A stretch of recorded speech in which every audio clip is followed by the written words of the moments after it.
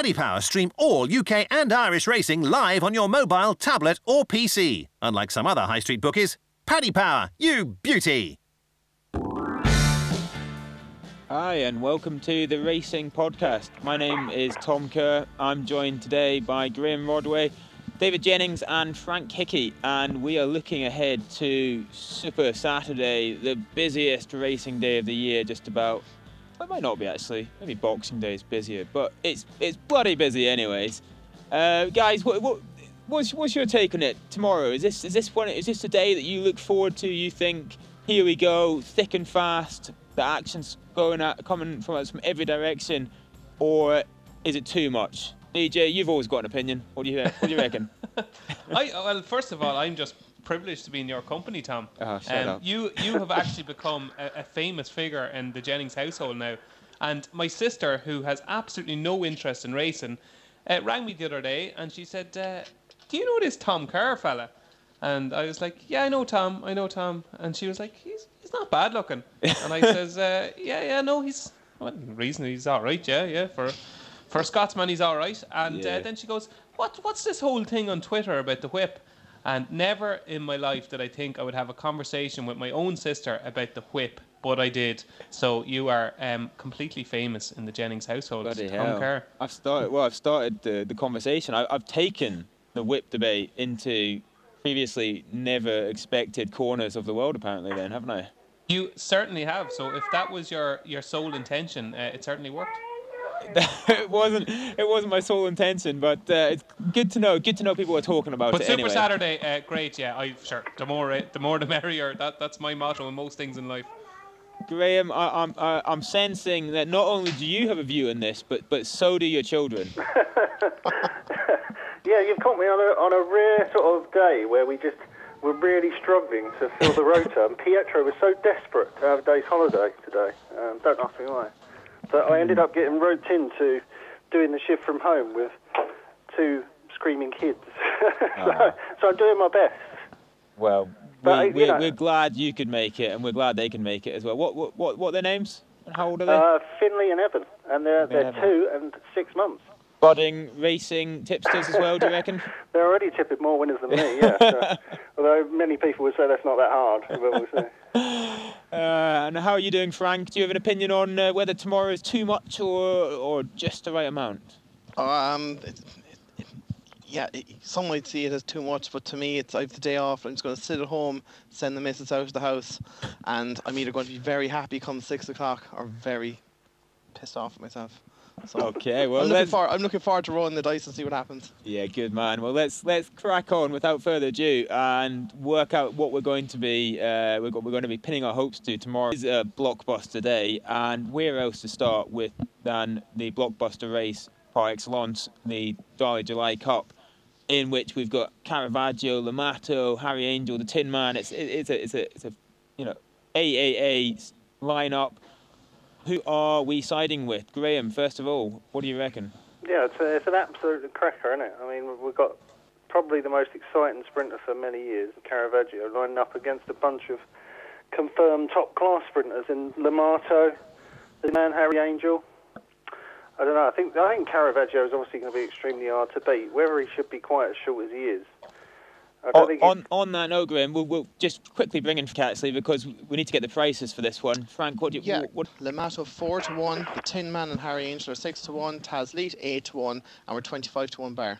Thanks very much. Sorry, Graham, I interrupted you there. Very rude. No worries. I think Caravaggio deserves to be favourite. He deserves to be 11-10, and Lamato 4-1. I don't think there's that much between the two of them, particularly if you take Lamato's victory in the race last year. It was easily his most impressive performance over the course and distance. He's got bundles of speed. I think he's well suited by this layout. Caravaggio does look a bit of a monster though, doesn't he? I mean, the way that he went through that race last time out, stayed on really strongly. I think that they can do anything with him. They can stick him out in front, they can stick him in behind, and he'll still come through and win. It's not a betting race. The problem with unbeaten runners is you just never know how good they are. I mean, this Caravaggio could end up being one of the best sprinters we've seen in a long, long time. And I'm not too keen to take him on because he's unbeaten and I just don't know how good he is. So, but I wouldn't be backing him. Okay, I I sense you're sitting comfortably on that fence. I'm trying my best. Yeah. David, have you got a strong opinion on this one? I do. I think the 3-year-olds are better than the older horses. First of all, taking Caravaggio. Look, he's very good. He did well to win from where he came from, and he was going away at the line. You'd imagine Newmarket to be right up his street, that uphill finish, and he's going to be very hard to beat. The one bet I'm looking forward to having is backing Harry Angel without, because I do think they'll be first and second again. I would have been so sweet on him if they didn't throw bloody Intelligence Cross into the race again. Because I went through the race during the week and I was going, this is unbelievable. For a sprint, there's no front runners in it apart from Harry Angel. This is perfect. And lo and behold, here we go with the whole pacemaker angle. Can you call it a pacemaker in a sprint? I don't know, but look, Intelligence Cross is going to make it as difficult as he can for Harry Angel, but every Brando, Growl, Intisab, Lamato, Mr. Lupton, Tasleet, the Tin Man, Caravaggio, all hold up horses that need to be delivered late. Harry Angel is a confirmed front runner that I think Newmarket will suit. I think the track is tailor-made for him. He did everything right against Caravaggio in Ascot, and he still couldn't beat him. He probably won't beat him again. There's no betting without Caravaggio yet, I don't think. When it does open up, I'd be very keen on that. I think it's between the two of them. I think Harry Angel will once again put it up to Caravaggio. I wouldn't be shocked if he beat him, but I think he probably won't. But I think it's between the 2 3-year-olds.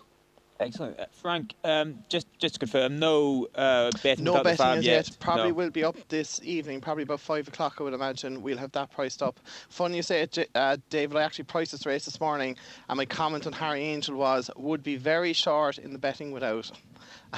The way I looked at this race, I completely agree with David. I think these 3-year-olds are exceptional. I'd go as far as to say that I think they'd probably beat them off level weights. Yeah, so do I. Not to mind getting £6. Now, if you're looking to try and take them on, you could point to the fact that the times of the Diamond Jubilee versus the Commonwealth, the Tin Man won in 72.02 seconds at Ascot, while Caravaggio was 73.49, but it doesn't tell the full story, where the percentage finishing speeds were far higher in the Diamond Jubilee, which suggested the pace was a little bit slacker in the Diamond Jubilee and they finished quickly, as opposed to the Commonwealth, where Harry Angel went out really hard for 6 furlongs and set it up for Caravaggio, and they were coming home a little bit slower, but the 3 top horses in that race all finished 1, 2, 3, which suggests a really strong race. I think, look, Caravaggio's going to be very difficult to beat, and I agree with 100% with Dave and everything. Intelligence Cross is a fly in the ointment for Harry Angel's chance. But if he does go too hard, Intelligence Cross, maybe Harry Angel could just sit second.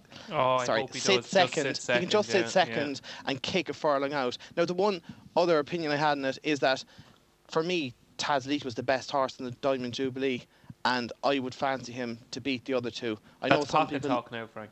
Pardon? That's pocket talk. It is, but if you go back even and check the sections, he actually finished quicker than anything, and he logged in on Lamato half furlong. Now, you probably question his temperament a little bit there, but yeah, I thought he shaped like the best horse that day to me. But yeah, I can see Caravaggio winning, Harry Angel second, and yeah, don't mind the older horses, they don't matter. Good man. So we're siding with the 3-year-olds then. Excellent. Thanks so much. We'll battle on. What do you fancy, Tom? I was on Harry Angel at Ascot, so I'd probably keep the faith, to be honest. You know, but let me tell you, anyone who's tuning into this, for my opinion on what to back, is got to take a long, hard look at themselves, because I'm not the brains of the operation here. I'm apparently the face, but we're not even filming it today, so. Right, let's go. The 250 Bet 365 mile handicap. We got City of Joy for Michael Stout. We got AFAC for Charlie Hills. That's what I normally say after I've had a bet. Frank, how are you pricing this one? Yeah, City of Joy is 5-2 favourite. AFAC 7-2. Mountain Angel 5-1. Matcham Star 8-1. Executive Force price are 10s, and we're 11-1 bar. Excellent, guys. We'll won't dwell too long on this. Just tell us if you've got a big fancy in this one. DJ, first of all. Not really. No, it's a Frank Hickey type of race. So I'm looking forward to what he fancies. If I was forced, and I certainly won't, if I was forced to have a bet, I'd have something small and Matcham Star.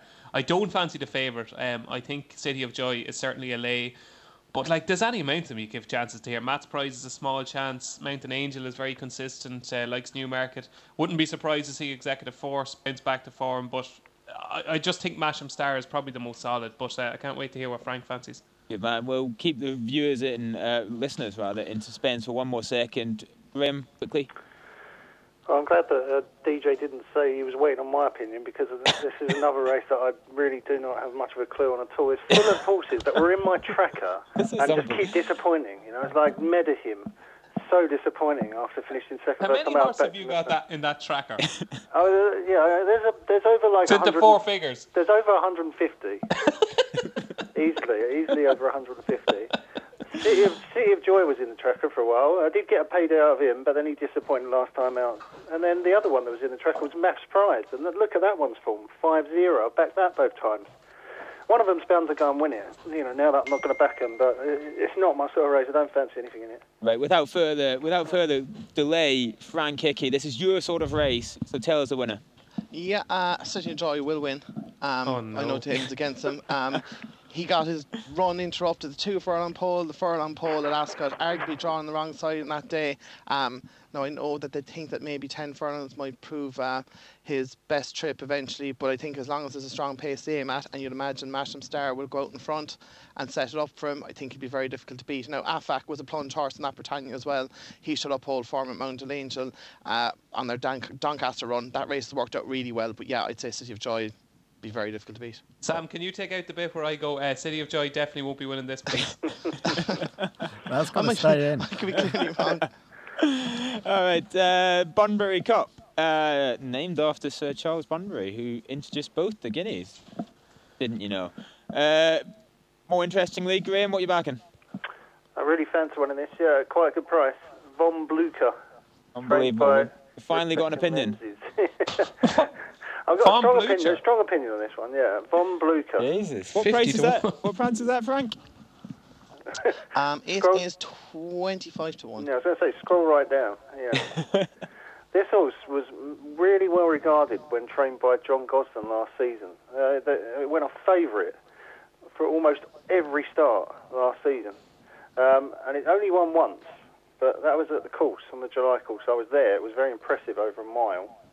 It ran several decent races afterwards for Gosden, particularly over 7 furlongs, which is this trip. It was beaten a shorthead at Newbury. Then it went on to finish close up behind Salatine, who's come out and won a couple of times on the all-weather since. And then it's gone to Rebecca Menzies. And, of course, if this had been trained by John Gosden still, there's no way this horse would be anywhere near that price. It's just because we've got Rebecca Menzies and P.J. McDonald nearby. But P.J. McDonald wrote Rise of Track really well, and he had a double there when I was there a couple of weeks ago. And Von Blucher made a very promising start for the stable, when 5th at Haydock in a listed race, much stronger race than this, I think. And last time out, don't ask me what happened, I backed it in the Royal Run Cup, just an absolute no-show despite being on the right side of the track. Maybe a stiff mile is not ideal. We've got a bit of an easier test over 7. I think that will suit. I can see Von Blucher running really well. The other one that's worth mentioning is Ribeiro, who's a really interesting runner for Mick Easterby. He's on a roll. He won 5 of his last 10 starts. And last time out, it was only 4 days ago, Pontefract runs under a penalty year. I just thought it was really interesting that he's putting that one out quickly. So they're my 2 against the field. Good man. DJ? Yeah, I fancy steady pace. See, the key thing here is this bloody flaming spear that myself and Frank were mad on going into Royal Ascot, but unfortunately, Frank will explain all, the herpes expert himself shortly. But it's just hard to know. Like, Kevin Ryan has won from 34. I think he's a 1 winner yesterday out of his last 34 runners. It's hard to know how well the stable is going, and like at Ascot, I was so sweet in them. But it will be interesting if the same flaming spear that showed up at Newcastle earlier on in the year shows up here, he wins. But I don't think I don't know. I just don't think he will. I think steady pace is a far more solid option. Crying out for a return to 7. What a run that was in the Wokingham. My God. Probably given a little bit too much to do. Powered home. Was beaten a half a length by Outdo. I thought that was a hell of a performance. I thought he'd actually go up more than £3 for that. And I know he's up in trip and he's up to 7 furlongs, but I'd nearly like to see him just let him roll. Just let him roll. I think he's better, especially at Newmarket, a track like Newmarket. I think he's better if they just let him do his own thing out in front. I don't think should try and kind of hold him back as much as they have been doing. I think he's a very good horse, and I think he'll win this, but I am very, very scared of Flaming Spear. Frank, who are you seeing money for and who are you backing? We're seeing money for Taj Week, who ran really well in the Hunt Cup off the back of a reappearance run at Sandown after a nearly 18-month break. You can see his claims. What would kind of put you off a small bit is he was 66-1 that day at Ascot. Obviously was unfancied. He's run a blinder, but he's off 106. I think he's being raised to 110 in the future, so theoretically he's £4 well in. But yeah, he's won at Ascot before. He's obvious claims, but look, at Royal Ascot I had an obscene amount of money on Flaming Spear and was absolutely sick when Kevin Ryan's yard contracted herpes. As I'm sure anyone who contracted herpes would be sick. But look, that run of Newcastle was something incredible. He will win a big handicap. Is tomorrow the day? I hope so. I've gone in again. I really like him. What I really like is that Ribeiro is drawn 3, Sutter County is drawn 4. They're both really quick from the gate and will try and make it a stiff test. And Flaming Spear's drawn 6, and I just imagine Robert Winston would sit in behind them, let them tow him into the race and kick on at the furlong. This thing has got an explosive turn of pace, and as long as the ground doesn't get too fast, this will win. Good man. So Flaming Spear, steady pace, and Vaughan Blue Shirt at price are the Bunbury Cup selections. Just one last race. We'll look at a Newmarket tomorrow, the Superlative Stakes, in which Gustav Klimt, who won a maiden at the Curragh about a fortnight ago, is up top of the market for Aidan O'Brien. David, what did you make of that maiden win at the Curragh? Yeah, very impressive. Very, very impressive. Couldn't have done much more than it did. The form is nothing to get too excited about, I don't think. Would Be King has had plenty of chances, was second. The only thing is the 4th horse of Sheila Lavery's Burgundy Boy won at Roscommon earlier on this week, so that gives it a little bit of substance. I'd say he's a good horse. He is very short though. That's the only thing. Like you're talking, is he 6-4 now or 13 to 8? It is. Yeah, he's quite short. I fell in love with Finnistown Farm when he won at Haydock. I thought that was a brilliant performance that day. It looked a really hot maiden, and I know the second horse has been beaten at odds on since Mutta Katif of Charlie Hills's, but the third has won. Line by Heart has won since. And I just thought that day it looked a really good maiden, and listening to Tom Dascombe afterwards, he was seriously excited by this Finnistown Farm. He's 7-1. I think that's very fair. He mightn't beat Gustav Klimt, but I think he'll be bang there with furlong out, and I wouldn't put anybody off back in Finnistown Farm each way. Good man. Graham, you got a strong opinion on this one? Dare I ask? Not really, no. It's not really a race that Aidan runs his best in, is it? Didn't he have War something beaten in this last year? By War Decree. Yeah, War Decree, that got beat. He has had the win of it before. I think Horatio Nelson won a few years ago, but I'm not sure at 13-8 this is a bet. I'd be more interested in those at bigger prices. I could see Max running well at huge price for Mick Channon, and PJ McDonald again, who's on Von Blucher. Maybe he'd be in for another double. That would be a huge price double. That would be almost a face spitter.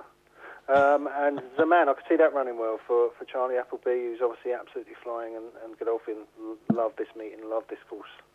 But it's not a betting race for me, this one.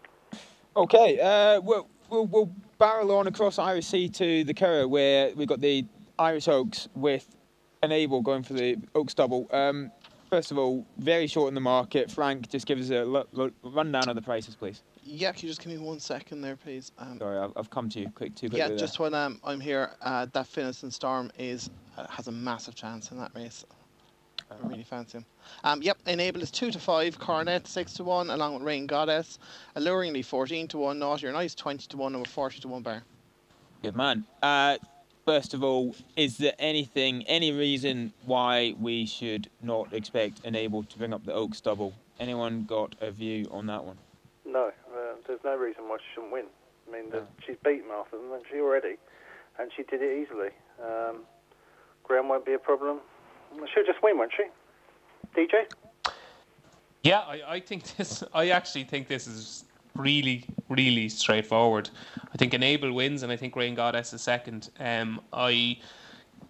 It's impossible to pick holes in Enabled's form. She was really good. She powered away from Rhododendron in the Oaks. She's getting better all the time. I think she'll be even better here than she was. I think the Curragh is made for her. I think she'll be even better here than she was at Epsom. Rain Goddess, though, I think is probably the play without here because, and even I'd even suggest doing a straight forecast rather than a back and without, because when O'Brien does get these fillies to improve, you just don't know where they're going to stop. And that was a cracking run behind Neswa in the Pretty Polly Stakes. That was over obviously 10 furlongs, up again in trip, up to 1.5 miles. But for all the world, she looks like she's a stayer. You know, she won in her debut. She was 50-1 that day for David Watchman when she won her debut. It was over 7 furlongs. She looked like a stayer even that day as well.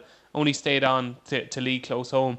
Everything she's done so far suggests she's a stayer. And she might just improve another little bit for the step up. It's interesting that this is the number one from Ballydoyle now, Rain Goddess, all of a sudden. Who would have thought that a month ago for this race? So, yeah, I think it's fairly straightforward. I know we think we have the forecast and the TriCast and the July Cup, but I certainly think I have the forecast here with Enable to beat Rain Goddess. Good man. Frank, you got a view on the Oaks or indeed any other of the Curragh card tomorrow? Yeah, Enable will win. I thought Coronet might be second, but yeah, David maybe changed my mind there. I wouldn't be playing anything there. Enable just to back and watch her win. In the 420, the Scurry handicap, normally Barry Air was the fancy of mine for the Wokingham.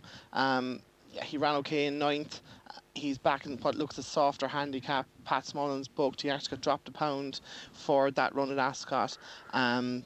Yeah, he looks a solid play tomorrow. He could be 7 or 8-1. In the Anglesey States, Brother Bear, of course, wandered all over the track at Ascot and the Coventry. Some people would probably think he was a little bit unlucky.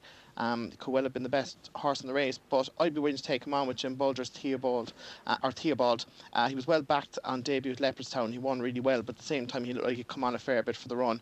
So yeah, I might chance him. And in the Sapphire Stakes, Marsha will win. DJ? Theobald, I'm just delighted, yeah. Frank fancies this as well. I had heard really good things about this son of Teofilo before he made his debut at Leopardstown, and it was one of these races when you're watching, you're kind of thinking he was going to win the whole way, but you were just watching the race going, how much improvement is there to come here? He was still green, kind of looked around the place. He was a little bit keen in the early stages. He's a gorgeous looking horse. He really is. He's a real imposing individual. Plenty of kind of strength in his backside, and I think he could be very good. I certainly think he's Jim's best 2-year-old by a considerable margin. I think he's better than what's the thing called? What's the yoke that ran the Railway Stakes? 2 seconds, I'll get it. He's wanting to do too well in the chase. It's that good we can all remember it. It ran in the Railway Stakes anyway. Oh, was it Actress? No, the Bulger thing. Oh, the Bulger one, sorry. The Bulger thing in the Railway Stakes. Dexterity or something. Oh, Verbal Dexterity. Verbal Dexterity, that's the one. So, yeah, I think Theobald is better than Verbal Dexterity, and the vibes coming from the yard are very, very strong. That Anglesey Stakes is probably the one race I'm looking forward to most on Saturday, because I think Theobald could be something a bit special. Great. Big shout there for Theobald and Anglesey from both DJ and Frank. Graham, before we go for an advert break, just quickly, anything on the Curragh card that you are desperate to tip up? I'd be with Frank Darriere in the Scurry. I backed that last time as well. Ascot didn't run too badly. I just don't think the race didn't pan out well for him. I'd give him another chance in the 420, isn't it? It is indeed, yes. Good man, thanks very much. We'll just go for a quick advert now. Back in 1 second. Paddy Power are offering money back as a free bet if the horse you back finishes 2nd, 3rd or 4th to the SP favourite in 2 races today and every day this month. Max £25 per race. T&C supply. 18+. BeGambleAware.org. Right, heading on to York now and taking it from the start. John Smith's Racing Handicap 155. Graham, I know you've been waiting for us to come to this race. Yeah, there's a good bet in this race. For again, Charlie Appleby, who's absolutely flying, banging in the winners at Newmarket this week. He's had one run in his first 2 seasons. So 1 run 2 years ago, finished 5th. 1 run last year, absolutely bolted up at Newmarket. Went off 6-4 favourite, first time up back at Newmarket this time. Pulled far too hard, and forget that. A step back in the right direction last time on the July course there. Not beaten far behind Banditry. The interesting angle is that Charlie Appleby going for the cheap pieces first time. I mean, when he sticks cheap pieces on, his horses almost always improve. I think his strike rate jumps from 22% to 33% when he's got the cheap pieces on, and that's what we've got here with Furness. So obviously also they think's got plenty of ability, because they wouldn't have kept hold of it at the age of 4 after just 4 runs if they didn't think that he had a big race in it. And I think you're going to see a massively improved performance from Furnace in the first at York. Furnace in the 155 at York. Good man. I'm getting a lot of hurry up signals from Sam, who I think has a table booked for lunch, unfortunately. So we're gonna have to rattle through York quite quickly. Rather than doing it race by race, if I'd have got to each of you and you tell me what your best bet for York is, or maximum best 2 bets. So we've just heard from you, Graham, your best bet, Furnace 155. David, what's your number 1? There's 2 I like on the card, Tom. I'm taking on Graham in the 155, but Weekend Offender of Kevin Rines. I know we spoke obviously about Kevin earlier on, but got his leg caught in the stalls at Hamilton for a decent enough handicap there last time, was just pulled up straight after the start, but continues to give the impression that he's well handicapped in the 80s. His form has worked out well, the Nottingham race worked out well, and he won his last visit to York last October. He won reasonably convincingly that day. I know it was a neck, but he always looked like he was coming out on top. Won by a neck that day off a mark of 86. He's off 89 here. York is one of these tracks. It's a funny sort of place. I like horses that have won at York before, and I'd imagine that obviously the race at Hamilton the last day was a second run of the season. I'd say this has been in Kevin Ryan's mind. Not quite as much as her pace, but I'd say it's been in his mind for quite a while, and I think Weekend Offender, drawn stall 14, should be okay. There's plenty of pace on that side. I think he'd be hard to beat. I am worried about Furnace in the first time cheek piece. I think he'll run well, but I think Weekend Offender slightly just might be better handicapped off his mark in the 80s. And the other one I like is in the 415, the City Wallace Stakes. It's quite an interesting sprint, I think, but this Judicial is just a winning machine at the moment, and I don't think they've got to the bottom of him yet. He was so impressive the last day at Beverley. I thought he kind of need to be covered up in races, but he seems to be settling nicely now. Joe Doyle found the key to him, and they get on so well together. He's up to a mark now of 107. He's been brilliant the last 3 times. I don't see York being any problem to him, and I think he's a group race sprinter in the making. I know he's 5 now, but I think he's very good. I think 5-1 is very fair about Judicial. Good man. Frank, top York. Yeah, funny enough, I'm going to break the rules and go more than 2. Tom, but I'll be quick. Completely agree with David on those 2. They were my 2. Weekend Offender, really like him in York, 155. He was very well back the day at Hamilton as well, which is interesting. Back to York, I think he'd take the beating there. I think he's 6-1. The 415 Judicial, he's just a winning machine. He's broken the track record of Beverley and Pontefract this year. He's up against the 2015 winner Outdo, 2014 winner Takeover, but he's just on a roll, and these sprinters you can't go against them on a roll like this. In the John Smith's Cup, I'm going to put up 2 really quickly. UA Prince, I've put him up a few times, but he's been gelded since disappointing in a Lister race at Ascot last time over a 1.5 miles. He didn't really get home today. He's been gelded, but he went off 94 that day, which suggests a mark of 97 should be okay. If the gelding operations worked, he could be lobbed in. He could absolutely hose up here. But I will have a small saver on Majid, who was a humongous eye catcher at Ascot in the Wolverton. Jamie Spencer was on. He was out the back the whole way, cruised through the field. Jamie, it looked like he didn't hit him at all with the whip and thought he'd just get there, but unfortunately the line came just in time and he was beating a neck. But I think he was off the same mark here. If he's ridden quietly out the back and perhaps comes a bit sooner with a run, he could be involved at a decent enough price. Good effort. Nice one. Thanks, guys. We'll quickly look at a couple of races from Ascot as well before we barrel on. First of all, the Heritage Handicap, the 5 furlong 210. Graham, what's taking your eye here? Yeah, I got the winner of this one. You got the winner? Yeah. Good. This is easy. This is Yalta's race. I'm trying to find Yalta. He's a massive class angle in this race. I think he's won the Moulcombe last year at Glorious Goodwood by 3 lengths. Absolutely slammed the last Lion, who went on to win the Middle Park. I mean, in that sort of form, nothing's going to get anywhere near him here off a mark of 102. Now, the problem is we've got 5 subsequent defeats and we're well beaten on each occasion, but it was Group 1, Group 2, Group 3, Group 3, Group 1. I mean, these are top-class races. This time we're backing down into a handicap. As I say, he was rated at his peak 111. He's now racing off 102. He's been running over 6 furlongs, but he's got loads and loads of pace. I think he's going to be suited by a stiff 5 furlongs. Dane O'Neill's a positive booking. I like Yalta, 210. Right, Johnston, of course, firing on all cylinders as well so far. DJ?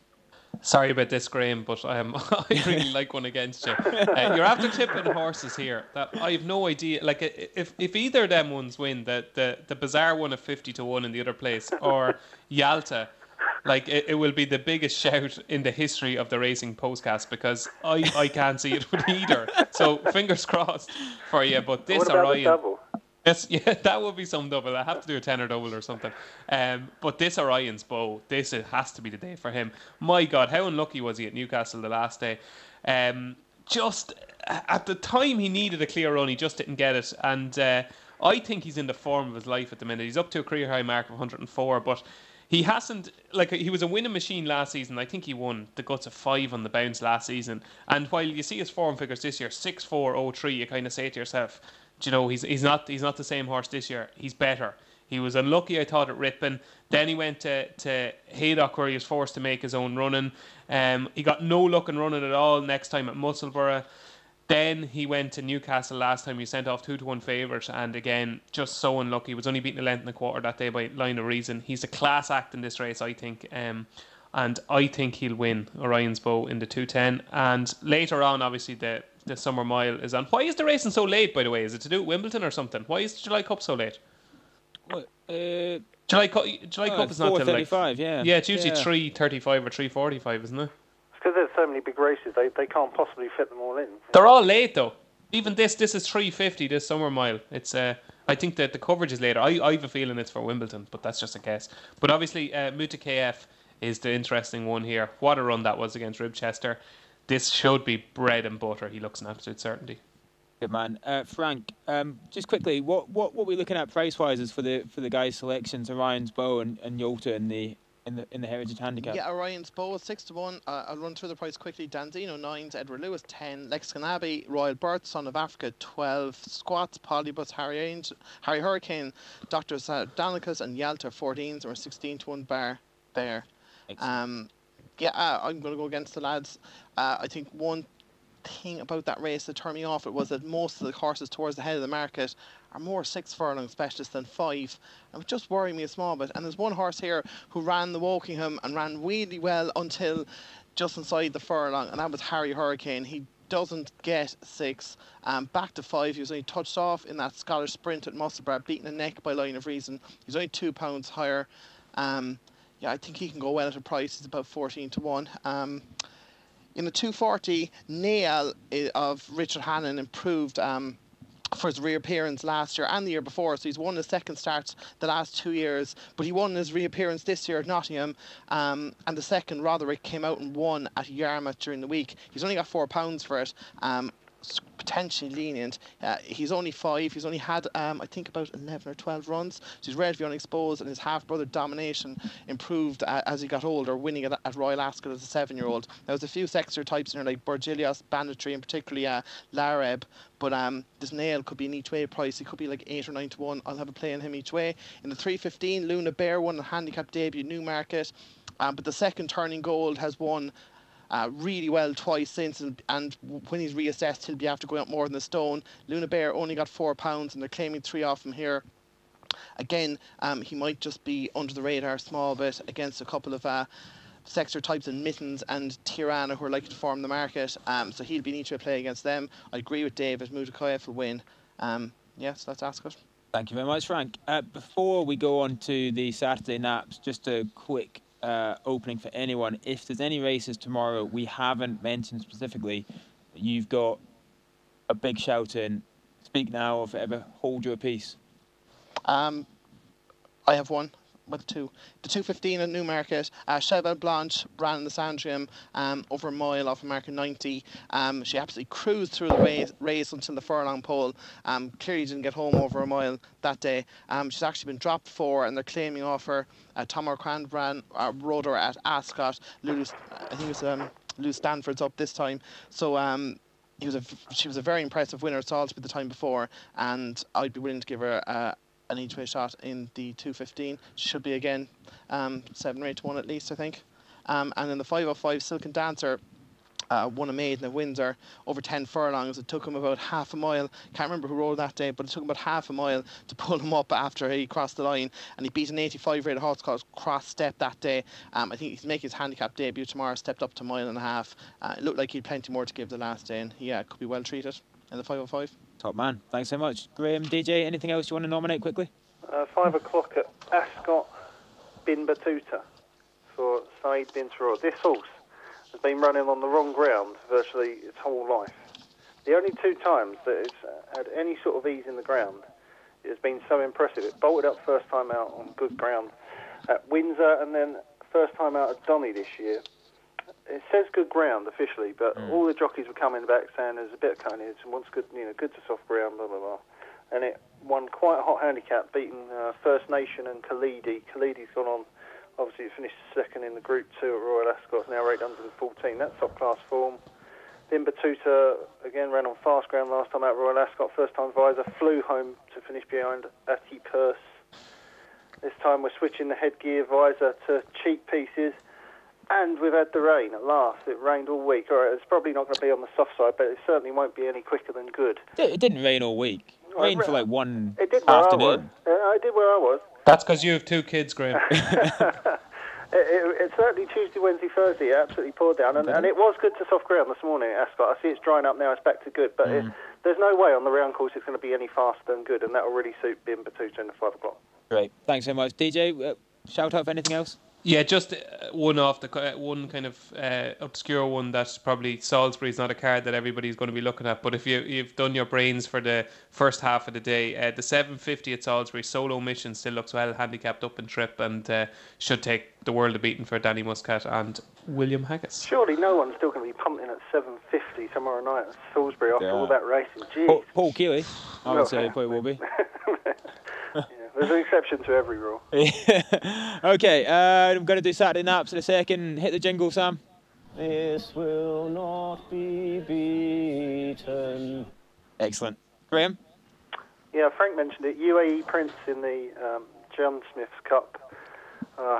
Another horse that had been following off a cliff, but I mean, they thought this horse might be serial before he even ran, and he went off odds on to beat Ulysses and Imperial Aviator in a maiden.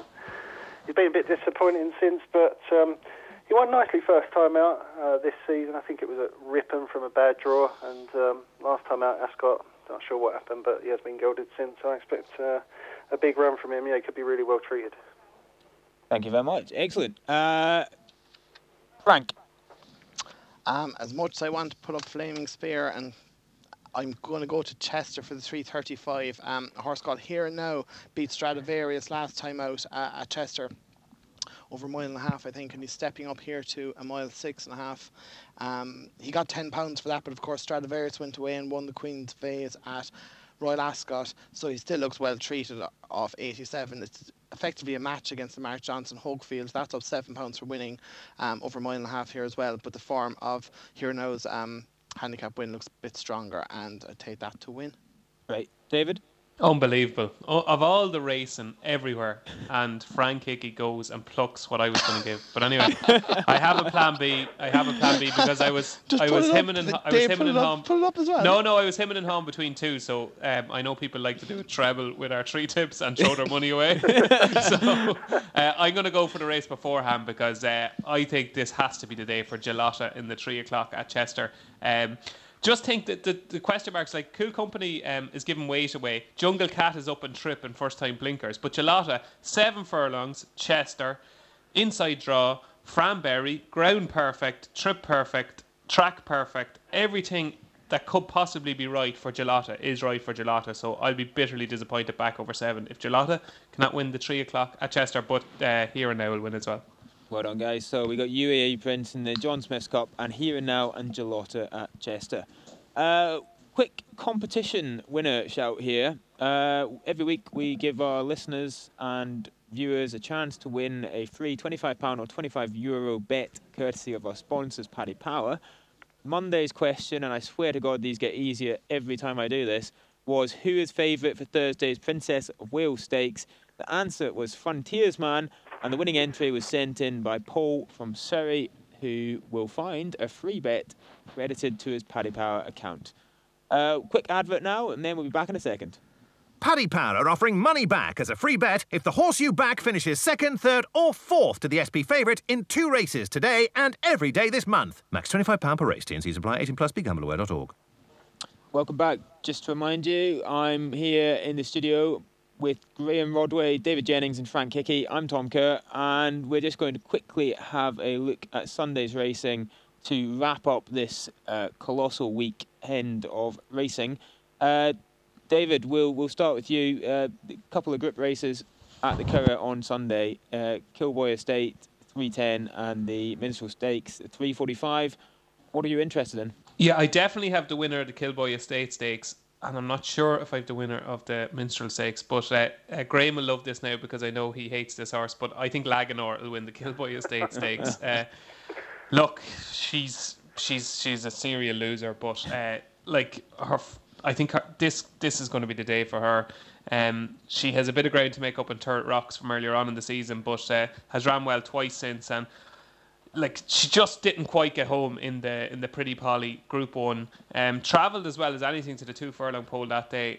Colin Keane, that was his first time riding her, and I think now that he knows her a little bit better, I think he will get a bit more cover maybe, and hopefully time is challenged last of all. So about 3-1 I think Laganor in the 310. The 345 is a really interesting race, this Minstrel Stakes. Obviously Dutch Connection is the class act, rated 114.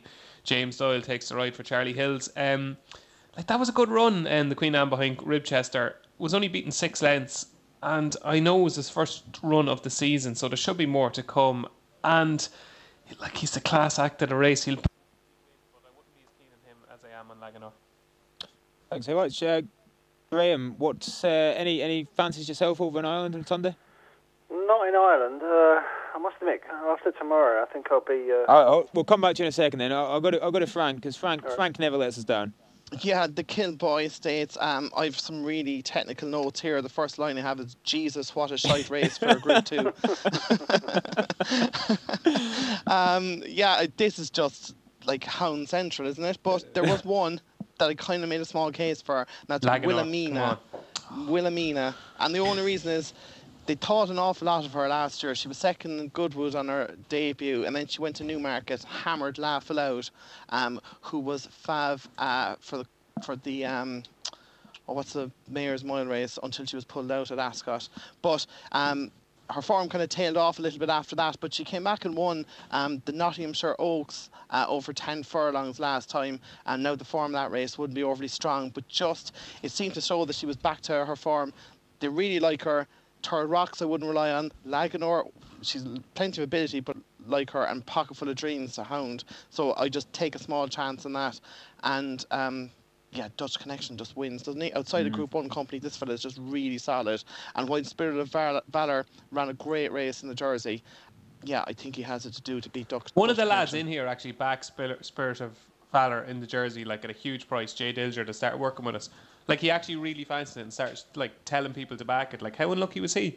Oh, there was a couple of lads inside in the office put it in really short, and I was like, where are they coming from? I couldn't see it myself. And very unlucky. He ran a belter, and to be fair, he probably was the moral winner of that race, getting caught so late. But Dutch Connection, if you look at his form outside of Group 1 company, you could set your clock by him. He won the Length States last year, beating Home of the Brave, who's another horse who's rock solid in Group 2, Group 3 company, listed company. And just even though he's giving his £7 to Spirit of Valour, I think he can give it away and win. And there's one more in the 415, a horse called New Terms.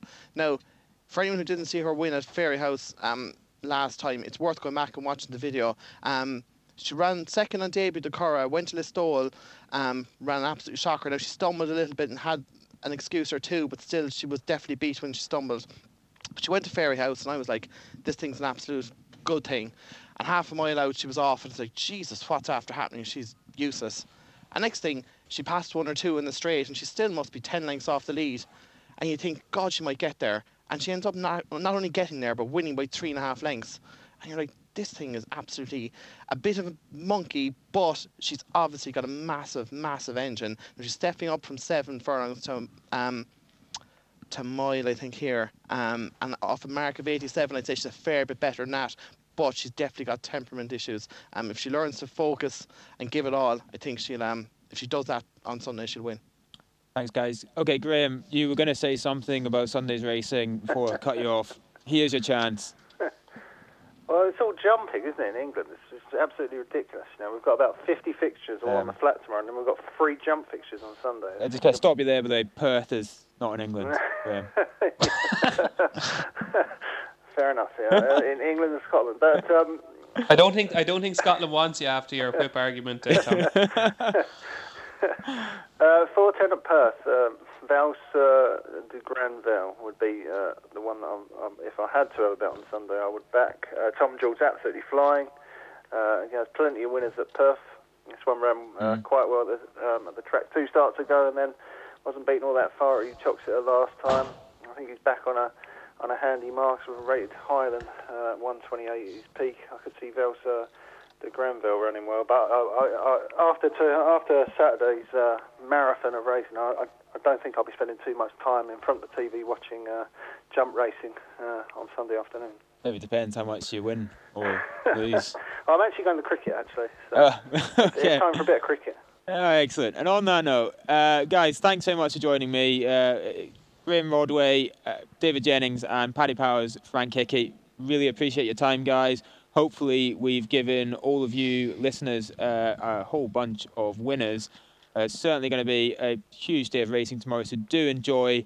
And do tune in again with us on Monday, I think, when we will be reviewing an absolutely stupendous weekend of racing. And please also review this show on iTunes. Even if you hate it, it says here, even if you hate it, still review it, please. We're that keen for reviews. And ideally do it after we've given a few winners, though. And hopefully you will join us on Monday. And with loads of money in your pocket, and we'll all be happy and looking back on a tremendous weekend of racing. So thanks again for joining us. Thanks to the panel, and we'll see you on Monday.